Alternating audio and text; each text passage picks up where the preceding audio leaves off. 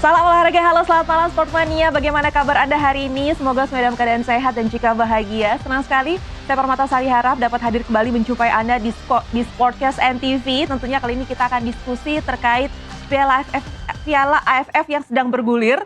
Nah, berarti artinya apakah ini waktu yang tepat bagi timnas Indonesia untuk menjadi sang juara di AFF? Nah, kita nggak tahu bagaimana perjalanannya akan seperti apa karena ini baru mulai. Kita akan membahas bagaimana prediksinya bersama rekan saya, sahabat saya yang udah lama banget saya nggak ketemu. Ada analis sepak bola, ada Bung Gita Suwonto. Halo, halo, apa kabar? Sehat. Lama kita nggak ketemu ya? Lama banget kita nggak ketemu. Kalau nggak salah Jurassic Park gitu. Terakhir zaman Jurassic kita ketemunya. Jelangkung kayaknya. Jelangkung 1. Lama banget Mas. Oke, Mas, kita kan kali ini akan membahas mengenai Piala AFF yang sedang bergulir. Tapi sebelumnya kita informasikan dulu di mana timnas Indonesia ini akan menghadapi Piala AFF 2026 ini mulai Senin tanggal 27 Juli 2026.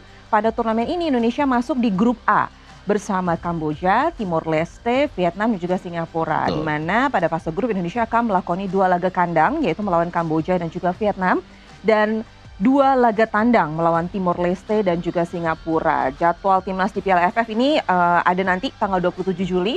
Itu ada Indonesia berhadapan dengan Kamboja, tanggal 31 Juli itu ada Timor Leste dengan Indonesia, lalu 3 Agustus itu ada Indonesia Vietnam dan 7 Agustus Singapura versus Indonesia. Oke, Mas Gita, sekarang gini, kalau kita ngelihat dari grupnya, ini adalah grup A. Betul. Di mana Indonesia bertemu dengan Kamboja, Timor Leste, Vietnam dan juga Singapura.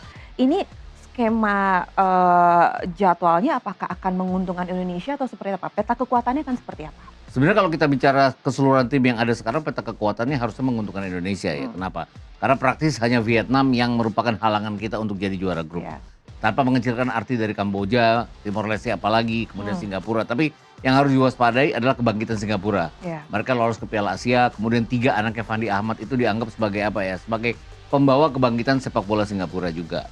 Kemudian Vietnam kan di Piala Asia kalah dari kita. Di kualifikasi terakhir putaran kedua Piala Dunia 2 tahun lalu kan juga kalah dari kita 2 kali. 1-0 di GBK, 3-0 di Hanoi. Jadi sebenarnya secara keseluruhan dengan sudah adanya beberapa pemain diaspora kita lebih kuat dari Vietnam. Tapi balik-balik lagi, kalau bicara AFF itu kan Vietnam dan Thailand raja. Itu kenapa kita cuma jadi 6 kali runner up, bahkan kita pernah kalah dari Malaysia, pernah kalah dari Singapura juga. Jadi pertarungan nanti di tanggal 7 Agustus melawan Singapura itu dianggap akan sebagai pertarungan yang seru karena Singapura sangat menanti-nantikan pertandingan itu. Sudah sold out di Singapura sana tiket bahwa ini akan dianggap sebagai hari kebangkitan Singapura untuk bisa mengalahkan Indonesia yang dianggap sebagai super powernya ASEAN saat ini. Tapi utamanya adalah bagaimana mengalahkan Kamboja terlebih dahulu di hari Senin nanti. Kamboja kan sudah memulai pertandingannya yang sedang berlangsung hari ini dan mereka ketinggalan 0-1 dari Singapura dengan gol menit ke-7, tapi kemudian Singapura tetap tidak bisa membalas gol. Artinya Kamboja pun nggak gampang, artinya dulu kalau skor kita bisa 6-0, 4-0, 5-0, kita kan sekarang terakhir juga hanya menang 2-1 lewat golnya Witan dan Egy tahun 2022. Selebihnya kan kita menang iya tapi tidak dengan skor yang meyakinkan karena memang level sepak bola Kamboja yang naik saat mereka dipegang oleh pelatih-pelatih Jepang. Nah, nanti kita akan bahas ya. Kita akan bahas lebih dalam lagi. Tapi kan sekarang gini, kalau laga perdana Indonesia itu kan berhadapan dengan Kamboja di hari Senin tanggal 27 Juli dan mereka akan bertanding di Stadion Pakansari, Cibinong Bogor. Nah, ini merupakan laga perdana atau turnamen resmi pertama bagi sang pelatih John Hartman bersama timnas Indonesia. Sekarang pertanyaannya seperti ini, Bung. Apakah seberapa penting kemenangan timnas Indonesia atas Kamboja di laga perdana kali ini? Apakah memang sebenarnya laga perdana ini untuk paling nggak membangun kepercayaan diri skuad barunya John Hartman itu sendiri dulu deh? Gitu. Ya. Kalau lihat kekuatan dari grup A itu kan sendiri Indonesia dan Vietnam ada di atas, kemudian Singapura dan Kamboja di bawah Singapura. Jadi kemenangan lawan Kamboja itu penting. Kenapa? Karena masih harus menghadapi Vietnam, masih harus menghadapi Singapura. Yang mungkin agak bukan memberatkan sebenarnya ya. Walaupun kita favoritkan pertandingan pertama selalu sulit bagi setiap tim. Kamboja sudah pertandingan kedua, walaupun tandang pertama. Jadi itu tadi. Secara panas duluan tuh Kamboja sudah panas duluan ketimbang Indonesia. Tapi level kita dengan adanya Tom Haye, kemudian adanya Sen Patinama yang sudah bisa main kembali. Kemudian Sandy Walsh juga sudah bisa main kembali dan kabarnya Hubner juga dipanggil. Jadi saya pikir juga ini akan merupakan kunci pertandingan di mana kalau kita bisa memenangkan laga ini, kesempatan kita untuk lolos ke babak berikutnya sangat besar. Jangan sampai draw, apalagi kalah di pertandingan pertama. Ini menarik sih kalau nanti kita akan membahas lebih detail. Ada mereka sudah mengantongi 26 pemain sebenarnya ya. John Hartman sudah mengantongi 26 pemain dari TC kemarin yang mungkin hasilnya signifikan. Itu kita bahas nanti nih karena kalau ngomongin pemain kita kehilangan beberapa pemain asing, pemain yang di Liga Eropa yang tidak bisa main karena memang bukan jadwalnya FIFA gitu. Tapi ada juga misalnya Ole nggak diambil, kok Hafner main. Nah ini juga jadi pertanyaan. Tapi sekarang gini, ini kan menjadi turnamen resmi bagi John Hartman bersama timnas. Indikator sukses paling realistis ini seperti apa? Apakah memang hasilnya atau kita lihat dari permainannya atau pembentukan identitas timnya dulu nih? Sebenarnya harusnya pembentukan identitas tim ya. Kenapa? Karena pelatih kan tidak bisa disuguhkan bahwa harus juara pada saat dia baru pertandingan resmi pertama. Cuman masalahnya adalah kita 6 kali jadi runner up. Iya. Kemudian terakhir kali di tahun 2024 dengan kita memasang pemain-pemain junior saat itu. Di bawah Sintayong kan kita tidak banyak, kita tidak lolos grup. Terakhir kali kita tahun 2022 itu kan kita lolos sampai ke final. Jadi sampai semifinal. Sebelumnya 2021 di Singapura kita sampai ke final. Ini jadi mau nggak mau targetnya dibebankan adalah juara dan itu harus. Kenapa? Karena kita belum pernah juara. Ini mungkin jadi beban John Hartman karena harusnya dia membawa pertandingan ini lebih kepada misi untuk mendapatkan squad yang ideal pada saat dia nanti di FA Cup, di Asian Cup tahun 2027 atau nanti di FIFA ASEAN Cup di bulan September dan Oktober. Itu turnamen resmi FIFA karena FIFA ASEAN Cup itu di mana pemain-pemain diaspora seperti JIZ, seperti Calvin Verdong sudah bisa bergabung. Gitu Oke, nah sekarang update skornya di mana Singapura berhadapan dengan Kamboja ini skornya masih imbang 1-1. Kamboja Singapura itu 1-1, lalu ada Vietnam berhadapan dengan Timor Leste dimenangkan oleh Vietnam kali ini 1-0. Nah, ini menarik nih sepertinya. Belum selesai itu Belum selesai. Nah, ini yang saya pikir bilang bahwa semua orang menganggap bahwa Kamboja itu masih anak bawangnya ASEAN. Tapi Singapura yang lagi bangkit dan lolos ke Piala Asia pun bisa mereka tahan. Artinya mereka kemasukan gol cepat lawan Singapura, tapi secara permainan sebenarnya mereka sangat seimbang. Ini nggak heran kalau mereka bisa menyamakan skor menjadi 1-1. Dan ini yang harus kita waspadai. Tapi balik ini kan Kamboja main di kandang sendiri. Nanti mereka main di Pakansari. Mentalnya beda nih pasti. Mentalnya beda. Dan apalagi Indonesia. Betul. Dan tahun 2022 kan kita menang di GBK. Artinya GBK itu kan Kamboja sudah biasa.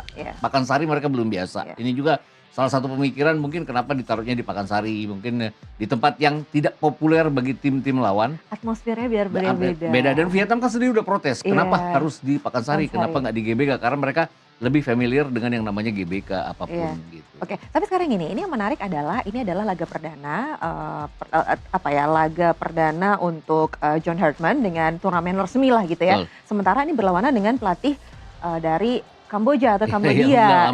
Ini adalah Koji Gyotoku, pelatih asal Jepang. Nah, kalau misalnya kita perbandingkan gitu ya, Bung, kita bahas Jepang aja deh. Jangankan pelatih, bukan gini. Kita ngomongin anak-anaknya aja gitu, itu mainnya udah oke. Sekarang Kamboja dilatih oleh seorang pelatih dari Jepang. Pastikan ini lebih super nih. Nah, ini seperti apa Anda melihat gaya pelatihan dari pelatih Jepang untuk Kamboja ini? Kalau ngelihat Jepang sih pasti pelatih Jepang ya, maksudnya pelatih kualitasnya sih pasti oke ya. Bahkan kalau kita sejak Honda menangani Kamboja beberapa tahun lalu kan Kamboja maju pesat. Dengan belum adanya naturalisasi saat itu. Sekarang kan mereka banyak sekali naturalisasi yang aneh datangnya. Kok dari mana? Kok bisa dengan warga negara Jepang, negara Brazil, kemudian ada warga negara Uzbekistan, kok bisa jadi warga negara Kamboja? Ternyata mereka sudah pernah bermain di Liga Kamboja selama 5 tahun. Itu yang membuat mereka bisa dinaturalisasi kapanpun. Contohnya adalah Privat Mbarga. Artinya tidak ada tanda-tanda tahu-tahu dia sudah masuk tim nasional Kamboja. Ini dan Privat Mbarga kan punya pengetahuan tentang liga kita karena dia lama di Bali United, pernah bermain di klub-klub lain juga. Jadi ini yang tetap harus kita waspadai bahwa secara kualitas mungkin di bawah kita, tapi balik-balik lagi Piala Dunia kemarin kan menggambarkan di putaran grup negara-negara yang kualitasnya di bawah kan bisa nahan imbang negara-negara walaupun terus nggak jadi juara, tapi merepotkan negara-negara kuat yang membuat negara kuat itu kesulitan lolos ke babak berikutnya banyak. Itu aja. Verde itu ya. Cape Verde itu terlepas mereka kalah dari mereka menahan imbang Spanyol, mereka menahan imbang Uruguay, bahkan mereka menahan imbang Arab Saudi. Nggak bisa menang Arab Saudi, tapi mereka lolos ke babak berikutnya hanya dengan 3 kali draw. Kamboja bisa melakukan yang hal sama, artinya kalau mereka sekarang menahan Singapura, terus menahan Vietnam, menahan kita 3 poin sudah mereka dapat. Dan ini akan membuat grup yang isinya 5 ini agak berantakan hitung-hitungannya.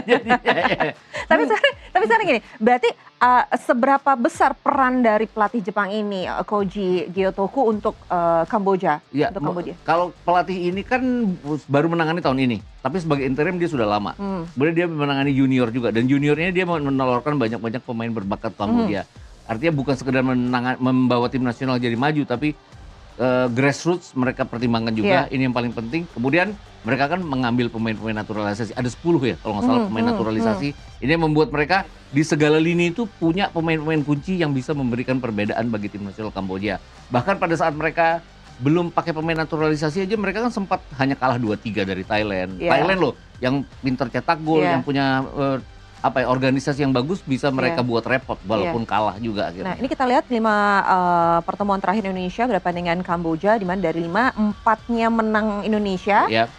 Dan 1 kalah. Betul. Nah, kalau di atas kertas memang Indonesia punya rekor pertemuan yang menguntungkan atas Kamboja ya, Bung Gita ya. Namun kan George Herman dalam wawancara terakhir kepada media waktu saat TZ di Bali kemarin gitu kan, mencatat bahwa kalau Kamboja ini tidak bisa dianggap enteng karena mereka punya 10 pemain naturalisasi. Salah satunya adalah Privan Barga. Tadi yang sudah dikatakan berdarah Kamerun yang pernah main di Bali United, dan juga beberapa nama lainnya ada dari Brazil, Jepang, Uzbekistan, dan juga Pantai Gading. Ini kan kayak kok besar-besar semua dan mereka bisa langsung naturalisasi di Kamboja. Mungkin kualitasnya kalah ya dengan Jay Izzes, kalah dari Calvin Verdong. Tapi dengan Jay Izzes nggak main, Calvin Verdong nggak main. Kemudian kita juga masih ada naturalisasi. Oke, kualitasnya di bawah kita. Tapi pemain-pemain ini punya pengalaman internasional yang bisa mengejutkan. Itu aja yang ditakutkan. Dan nggak mengharapkan Kamboja menang. Tapi Kamboja imbang kan akan membuat apa ya? Kita akan kerepotan hitung-hitungan pada saat harus berhadapan dengan Singapura dan Vietnam. Kalaupun kita menang, mungkin lolos sebagai runner up, itu artinya berhadapan dengan Thailand. Kan misi juara itu kan, kalau harus misi juara itu kan jangan sampai ketemu apa-apa dengan Thailand di semifinal. Itu yang repot karena sejak kita ada naturalisasi, para diaspora datang dari Eropa, kita belum pernah ketemu Thailand. Iya, benar. Nah, di sini juga sebenarnya harus ada taktiknya juga dong. Iya, betul. Dan kita udah pernah ketemu Vietnam, kita menang. Tapi ketemu Thailand yang belum, dan itu yang mengkhawatirkan. Kemudian kalau kita lihat uji cobanya Kamboja kan, lawan Hong Kong mereka menang, mereka menahan imbang Hong Kong. Oke lah, melawan Aruba bisa dianggap bahwa itu menang pasti gitu. Tapi setidaknya level mereka itu sudah mendekati ASEAN. Jadi kalau dulu kita gapnya segini, dengan kita ada naturalisasi kita mengharapkan tetap yang sama, itu didekati oleh Kamboja, bukan hanya terhadap kita tapi terhadap Vietnam, terhadap Thailand juga. Jadi praktis kita benar-benar harus bermain dengan segala kemampuan terbaik kita untuk pertandingan pertama hari Senin nanti. Memang tadi kalau kita lihat dari hasil 6 laga uji coba terakhir Kamboja itu hanya 2 kali menang ya. 2 kali menang, lalu juga 1 kali seri. Dari lawan Hong Kong ya. Lalu kalah juga atas Tajikistan, lalu kalah juga dari Aruba, dan kalah dari Vietnam. Lagi-lagi Vietnam ini kalah. Dan kita juga pastikan ya tadi, kita juga harus jaga-jaga, atau mungkin ada taktik juga nggak sih, Bung, supaya nanti juga lawan Vietnam kalah itu kan mereka kalahnya hanya 2-1. Artinya sudah bukan Kamboja yang dulu lagi. Kemudian lawan Tajikistan itu negara kuat juga kalau ukuran Asia di Asia Tengah.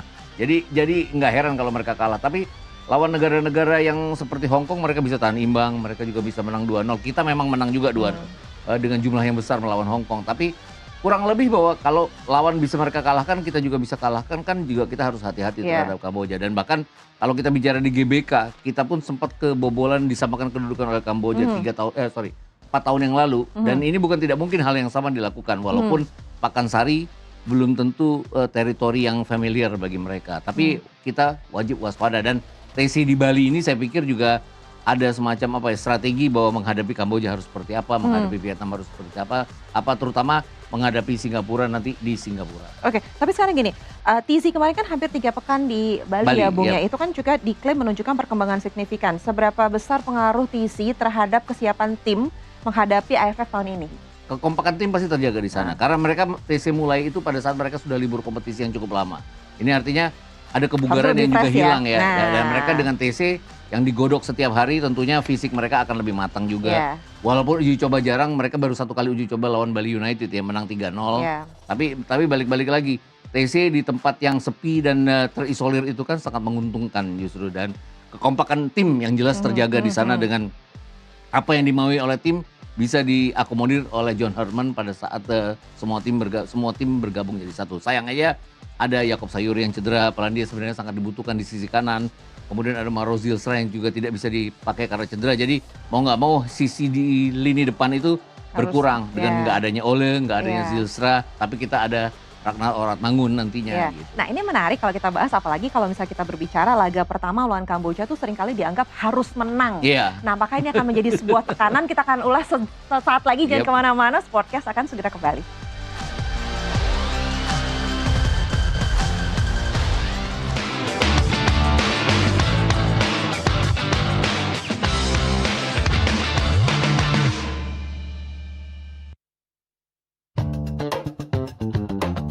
Dari hasil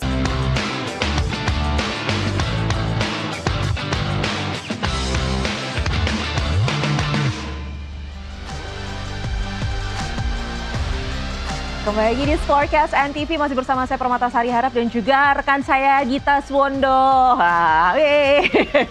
Ini masih seputar Piala AFF. Bu Gita, tadi kan saya mengatakan bahwa laga pertama melawan Kamboja seringkali dianggap wajib menang. Apakah ini akan menjadi satu tekanan besar bagi atau jadi beban bagi skuad yang baru dibentuk oleh John Herdman kali ini? Tapi gini, John Herdman itu datang dengan apa ya? Dia sendiri mengatakan bahwa di Indonesia dengan keadaan mereka gagal lolos ke Piala Dunia, apa-apa wajib menang. Nggak boleh kalah. Nggak boleh kalah. Bahkan pertandingan persahabatan itu wajib menang ya. Itu kenapa dia rasa-rasanya siap untuk itu.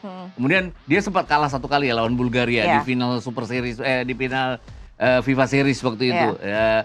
Satu-satunya kekalahan. Kemudian pada saat pertandingan kedua di bulan Juni kemarin kan dia agak dikritik, kok menangnya hanya 1-0 pada saat dengan lawan yang lebih rendah kemampuannya.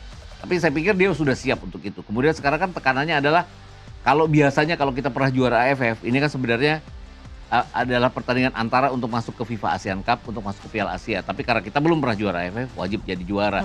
Rasa-rasanya sih dia udah sadar bahwa ini tekanan. Tapi dia diuntungkan dengan Tom Hai sudah bisa kembali lagi setelah 4 pertandingan di ban. Kemudian semua sudah datang, Walsh juga sudah datang lagi. Kemudian kabarnya adalah Hopner sudah bisa bergabung juga. Kenapa? Karena dilepas oleh klubnya Fortuna Sittard. Kenapa dilepas? Karena katanya digadang-gadang akan masuk Liga Super lagi, nggak tahu benar apa enggak. Jadi saya hanya berpikir bahwa dia dilepas karena mungkin tidak masuk dalam skema pre-seasonnya Fortuna Sittard. Seperti itu. Dan ini menguntungkan kita sebenarnya dengan sejumlah pemain yang Shane Patinama juga di band sama dengan Tom Hai, sekarang sudah bisa kembali lagi. Kemudian ada beberapa pemain yang memang keluaran dari liga yang memang menonjol tahun lalu, termasuk penjaga gawang. Walaupun nggak ada penjaga gawang internasional, tapi ada penjaga gawang yang sudah pengalaman di liga juga. Jadi saya pikir tekanan iya ada, tapi tekanan itu mungkin bisa menjadi sebuah motivasi untuk mencatat kemenangan pertama. Yang harus diingat oleh John Herdman adalah kekuatan Kamboja terlepas apapun di bawahnya Singapura, di bawahnya Vietnam.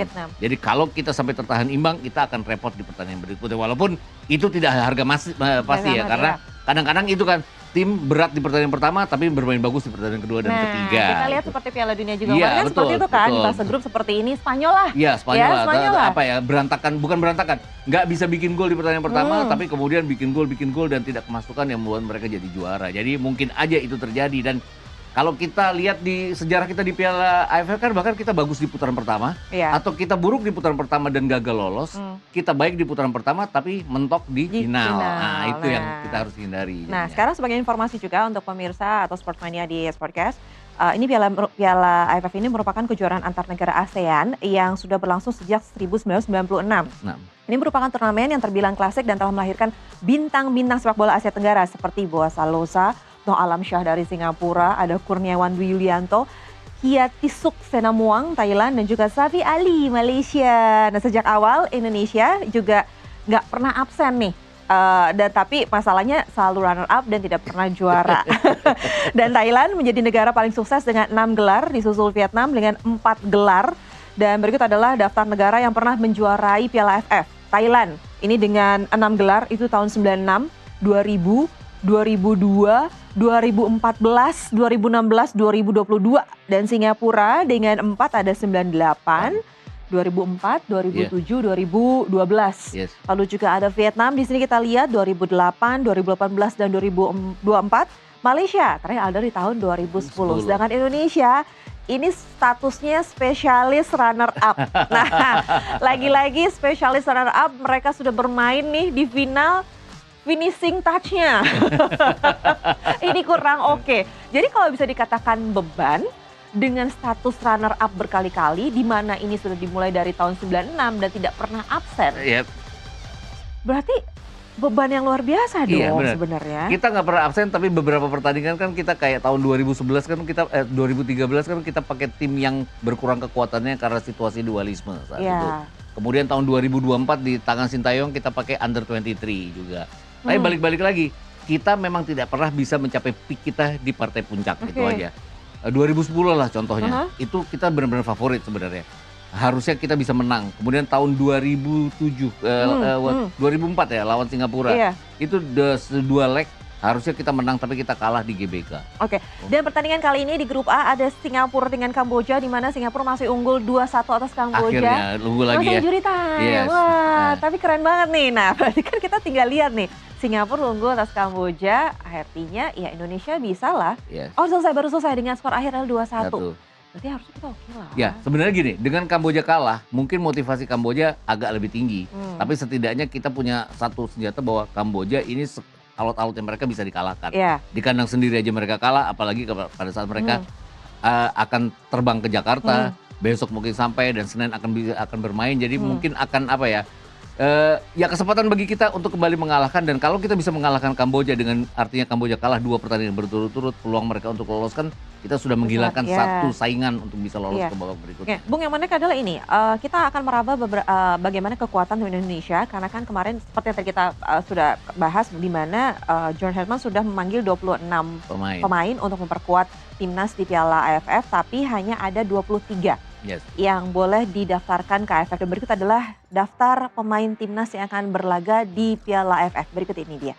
Ini adalah kiper, ada Nadio Agrawinata dari Persija, lalu ada Cahya Supriyadi PSIM, ada Muhammad Riyandi Persisolo, di mana di backnya ada Brian Fatari dari Dewa United, ada Wahyu Prasetyo dari Garuda Yaksa, Jordi Amat Persija, Rizky Ridho Persija, Sandy Walsh Persib, Doni Tripamungkas Persija, Shane Patinama Persija, lalu ada Justin Hapner dari Fortuna Sittard, dan tim J-Pens dari Bali United. Sementara untuk lini tengah ada Marcelino Ferdinand dari Oxford United, Kadek Agung Dewa United, Ivan Jenner Dewa United, Tom Hayev Persib, dan Mark Klok dari Persib. Dan berikut adalah dari lini depannya, ada Mitchell Becker, Vermont Green FC, Egy Maulana Fikri dari Dewa United, Ragnar Oranmangun dari Persib, Beckham Putra dari Persib, Eliano Rangers dari Persib. Banyak pemain Persib di sini ya.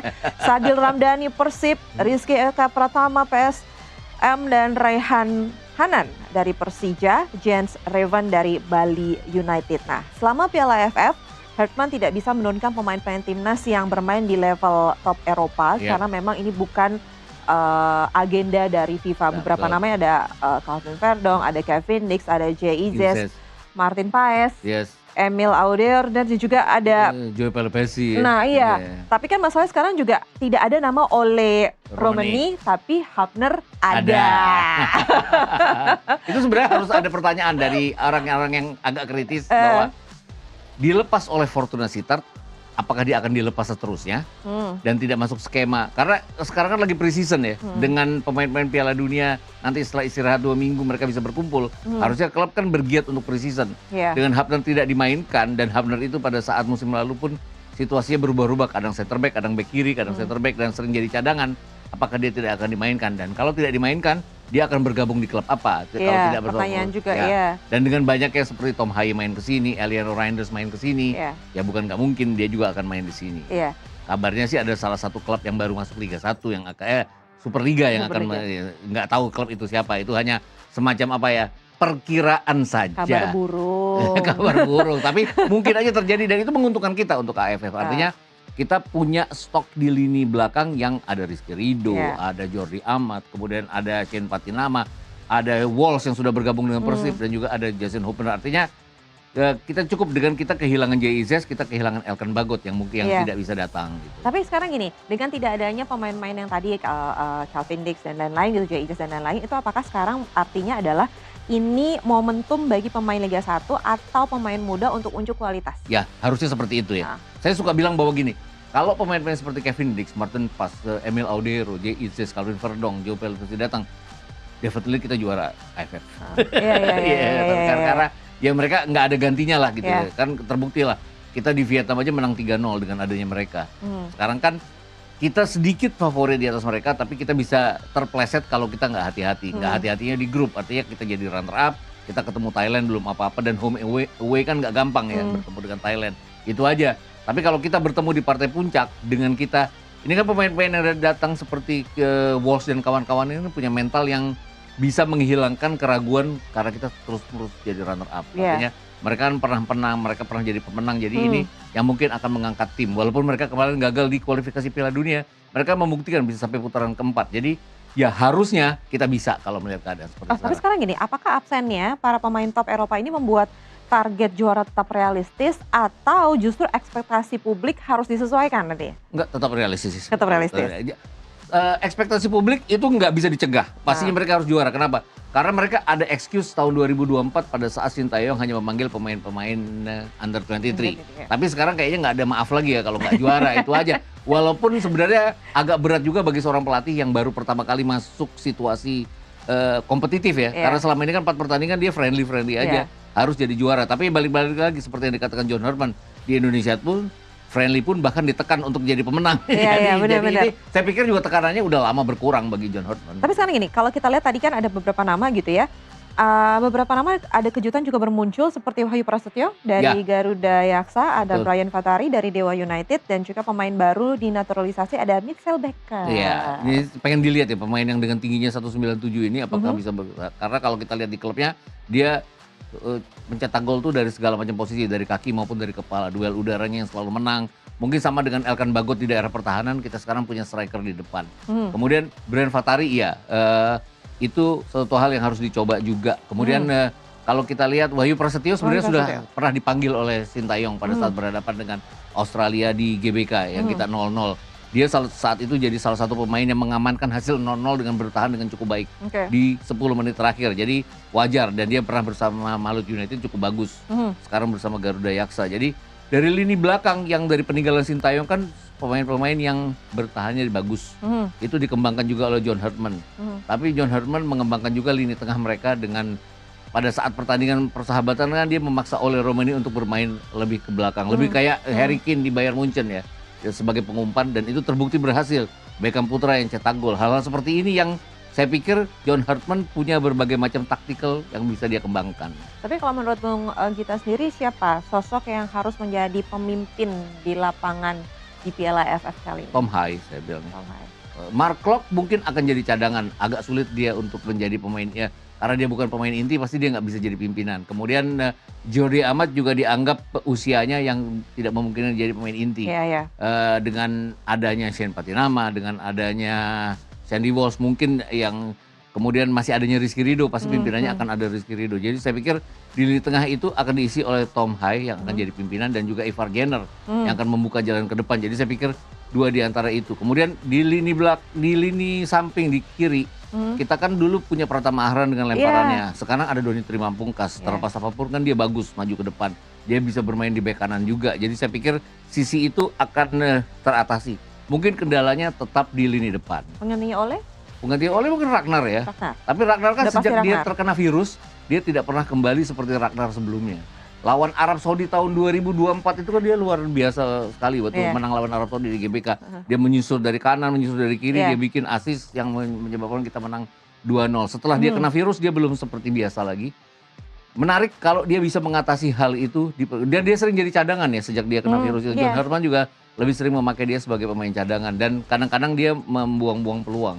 Kemudian Jens Raven juga ya tetap kita yang kurang dari kita adalah nomor 9 kita ya. Hanya Ole Romani yang bisa menghasilkan, dan itu belum ada penggantinya sampai sekarang ini. Kita berharapkan nanti ada suatu kejutan lah ya. Karena kan memang ini kan saatnya waktu untuk pemain Liga 1 atau pemain muda untuk unjuk kualitas. Pastinya kan kita tidak bisa berharap pada ya mungkin kita dengan adanya naturalisasi, dengan adanya pemain top Eropa kita mengharapkan sesuatu yang lebih, tapi tidak boleh juga kita mengucilkan yang kita punya gitu kan. Harusnya kualitas kita juga harus ditingkatkan dong ya. Karena secara kualitas sebenarnya tim ini bagus ya, bahkan lebih bagus dari tahun 2010 yang seharusnya jadi juara saat itu. Karena kalau melihat kualitasnya dibandingkan dengan ASEAN pada saat itu, dari Thailand, dari Malaysia dan sebagainya. Sekarang mungkin kita sedikit di atasnya Vietnam dan Thailand dari situasi pemain-pemain kita. Dan walaupun Vietnam itu punya 3 pemain naturalisasi Brazil, termasuk Rafaelson, rasa-rasanya sih kita masih sedikit di atas mereka. Dan main lawan Vietnam itu kan main di sini, bukan di Vietnam, itu yang paling penting. Oke, dan ini sebagai informasi juga, Herman sebelumnya kan sukses membawa Kanada ke Piala Dunia 2022 dan ditarget untuk membuat timnas Indonesia lolos Piala Dunia 2030 mendatang. Dan sepanjang menangani timnas Indonesia, Herman sudah melakukan 2 uji coba. Nah, ini hasil uji coba Indonesia bersama Herman, di mana Indonesia berhadapan dengan Saint Kitts and Nevis menang, unggul 4-0, lalu Indonesia berhadapan Bulgaria kalah 0-1, Indonesia versus Oman 3-0 menang. Sementara ini adalah Indonesia versus Mozambik juga 1-0. Nah, apakah hasil dari uji coba ini bisa menggambarkan kekuatan Indonesia di AFF kali ini? Iya, saya pikir iya. Apa yang ditunjukkan oleh John Herdman saat itu adalah membawa Ole Romani bermain agak lebih ke belakang, sehingga dia jadi pengumpan, bukan penerima bola, bukan striker yang bisa melesakkan gol. Tapi di saat tertentu, menit ke-70 sampai ke atas, dia yang menjadi pencetak gol. Itu terlihat pada saat pertandingan melawan Oman. Kemudian pertandingan melawan Saint Kitts and Nevis juga. Yang menarik adalah Beckham bisa bikin gol dari umpan Ole Romani saat itu. Jadi dengan tidak adanya Ole Romani, pasti akan ada satu pemain yang dipaksa untuk bermain seperti itu. Saya pikir Ragnar yang akan bermain seperti itu. Striker nomor 9 tapi juga bisa menjadi pengumpan. Itu tadi yang saya bilang, mirip peran Harry Kane pada saat di Bayern Munchen. Bukan dia di Inggris ya. Jadi enggak sehebat Harry Kane mungkin, tapi setidaknya fungsinya lebih kurang sama. Yang menarik adalah apakah Herman berhasil dalam 4 pertandingan uji coba. Dia kalah dari Bulgaria. Mungkin harus kilas balik ke tahun 2022 saat membawa Kanada ke Piala Dunia. Ada yang bilang harusnya dia bisa berhasil lolos kalau dia sedikit tidak keras kepala. Keras kepalanya itu adalah dia mengabaikan pertahanan, sehingga berhadapan dengan Kroasia pun dia main menyerang. Dan kalah 1-4. Lawan Kroasia menyerang itu kan agak serem ya jadinya. Dan ini balik-balik lagi, kalau dia bisa balance antara pertahanan dan penyerangan, kita bisa punya kesempatan untuk menang bukan cuma lawan Kamboja dan Singapura, tapi lawan Vietnam juga. Tapi sekarang gini, kalau dari sisi permainan gitu ya, apa yang paling ingin dari versi Bung Gita deh, ingin versi dari Bung Gita pengen lihat di tim era Herdman? Apakah memang pressingnya, penguasaan bolanya, atau taktiknya, targetnya, itu seperti apa? Aku tuh rada berubah ya, menjelang usia tambah tuh agak berubah. Jangan gitu dong, jangan gitu dong.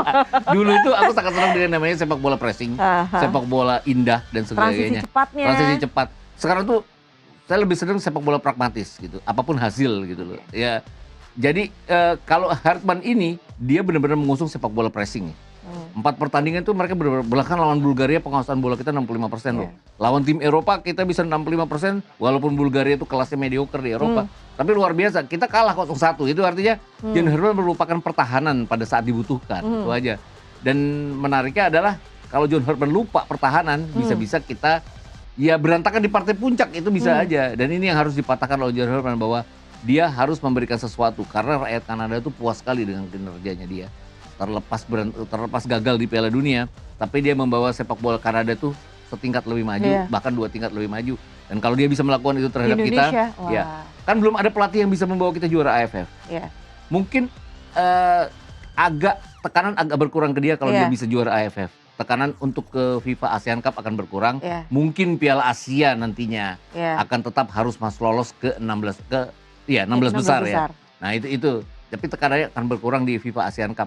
Caranya adalah dengan memenangkan ASEAN Championship. Oke, sekarang kita kasih waktu dulu untuk Sportmania ngopi-ngopi dulu gitu ya, santai-santai dulu. Karena nanti kita akan membahas prediksi line up untuk di Piala AFF. Jadi jangan kemana-mana, Sportcast akan segera kembali.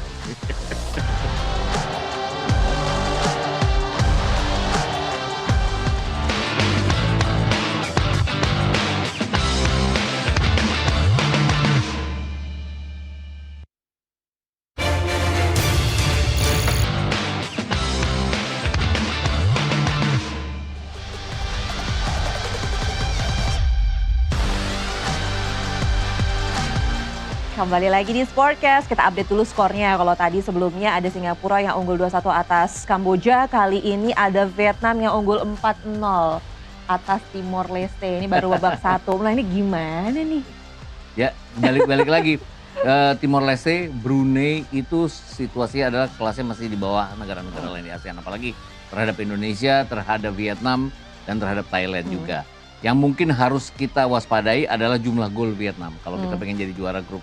Alih-alih kita nanti imbang di Pekansari melawan Vietnam. Baru babak pertama nih. Iya, makanya itu yang harus, artinya kita juga harus bikin gol yang banyak pada saat kita main di Chonburi lawan Timor Leste nanti. Karena mereka pakai Chonburi untuk kandang mereka. Tapi terlepas apapun kita harus melupakan skor besar itu untuk konsentrasi menghadapi Kamboja. Karena 3 poin itu sangat penting di pertandingan pertama hari Senin. Oke, sekarang kita lupakan skor-skor yang dari grup A lainnya. Kita fokus lagi ke prediksi line up untuk timnas era Herdman ini di Piala AFF. Kita akan bahas satu-satu mungkin dari kiper sampai lini depan gitu ya.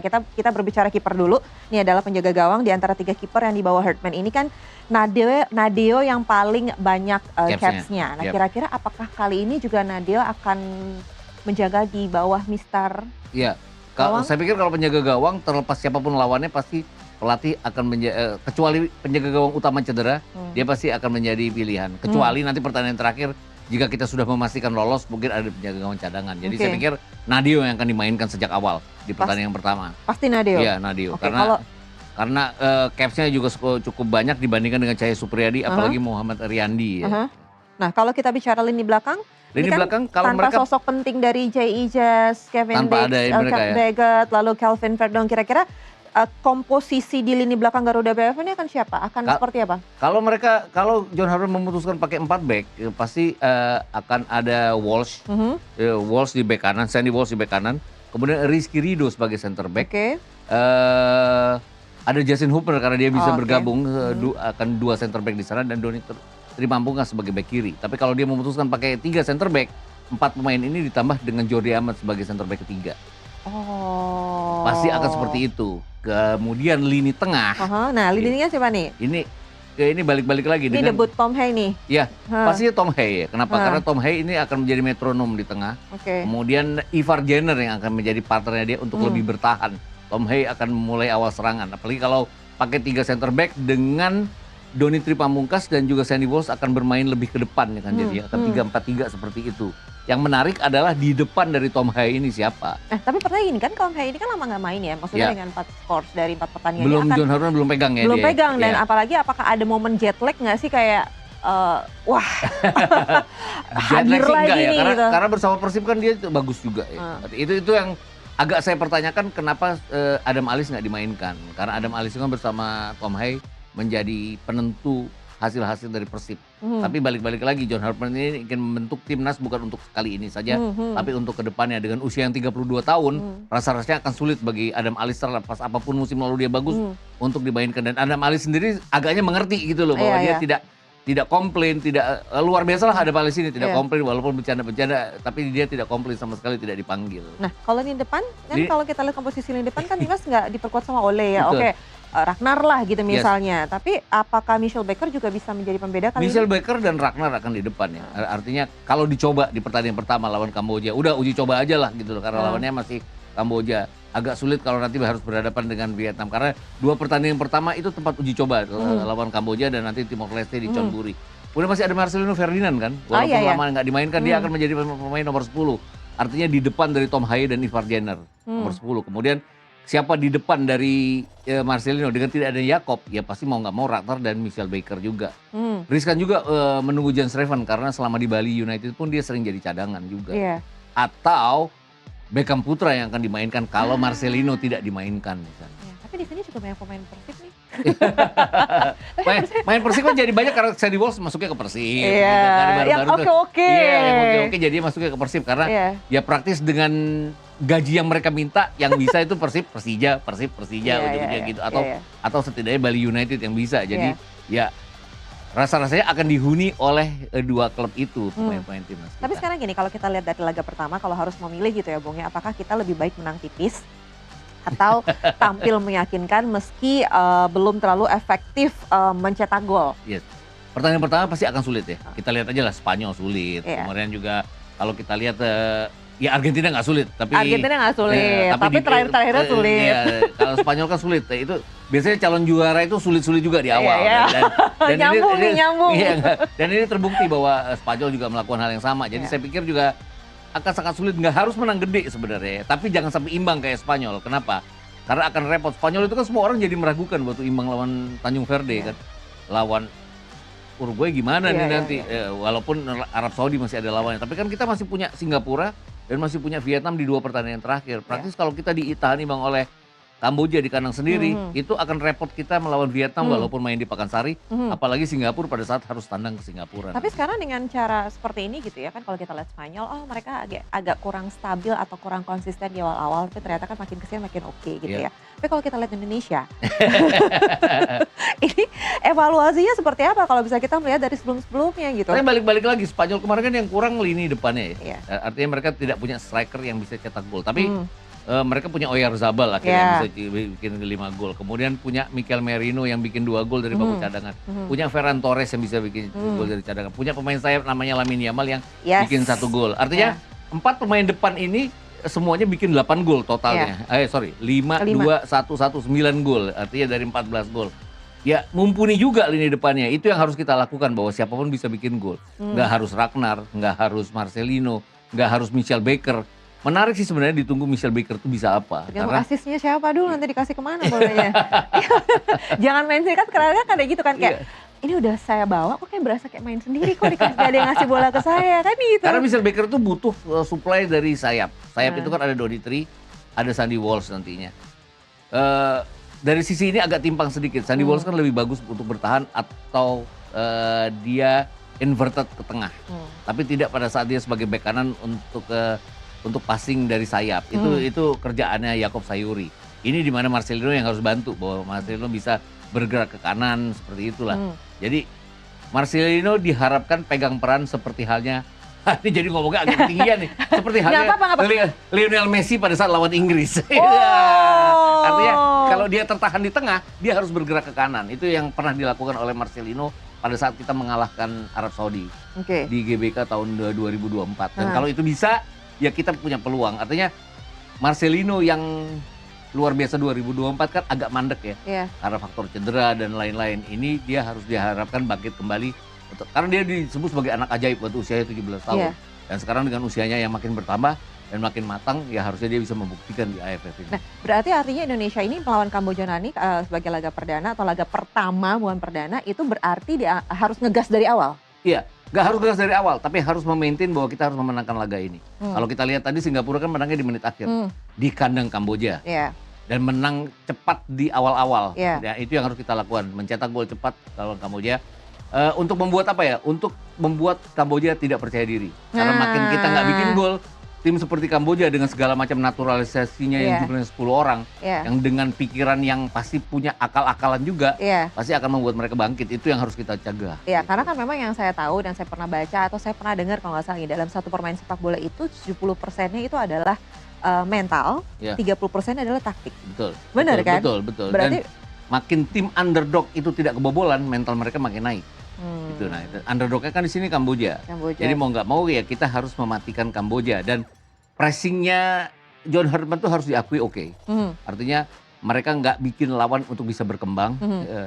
Apalagi lawan yang kualitasnya di bawah kita, dan melihat Kamboja di bawah kita, bahkan Bulgaria pun kan sebenarnya nggak berkembang, tapi mereka punya kesempatan colong 1 gol, itu yang kita nggak dapet, itu aja. Tapi segini, apakah Piala AFF ini bisa dikatakan sebagai ajang untuk mengejar gelar atau sekaligus menjadi proses regenerasi untuk menuju turnamen yang nanti akan lebih besar lagi nanti ke depannya? Kalau aku sih sebagai seorang pengamat sih mengatakan bahwa ini harusnya jadi regenerasi ya. Kenapa? Karena kita butuh regenerasi. Tapi balik-balik lagi, tekanannya kan gelar. Bahkan dari federasi pun pengen kita dapat gelar. Walaupun kalau nggak dapat gelar nggak akan dipecat juga John Herdman. Ya artinya ya sebisa mungkin kita dapatkan gelar, dan mendapatkan gelar itu dengan harus jadi juara grup. Karena akan sangat sulit menjadi runner up dan berhadapan dengan Thailand. Kalau ngeliat grup sana kan rasa-rasanya akan Thailand ya. Dengan grup kita kumpulannya ada Vietnam, ada Singapura, di sana kan cuma ada Thailand dan Malaysia. Rasa-rasanya Thailand akan jadi juara grup. ya akan ketemu kita kalau kita runner up. Itu repot, main di Thailand yang repot, Ya. bukan main di sini. Sekarang pertanyaan gini, prediksi dari Bung Gita sendiri, apakah timnas Indonesia mampu mengawali kemenangan di era Herdman pada saat nanti berhadapan dengan Kamboja atau seperti apa skornya gimana prediksi? Langsung Menang aja sih, nih. Menang sih iya. Menang pasti iya. Margin 2 gol masih mungkin, tapi idealnya atau logikanya yang paling realistis adalah menang 1 gol. Menang 1 gol. Dengan tidak kemasukan. Tidak ada kemasukan. Yes. Oke, deal ya. Deal ya. Deal. Oke, jadi kita nantikan bagaimana pertandingan Indonesia melawan Kamboja yang akan diadakan dan diselenggarakan di Stadion Pakansari, Cibinong, Bogor, Jawa Barat.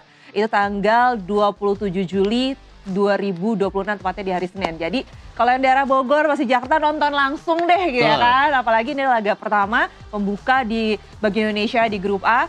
Kita berharap seperti yang dikatakan oleh Bung Gita 1-0 untuk Indonesia. Bung Gita terima kasih. Sama-sama.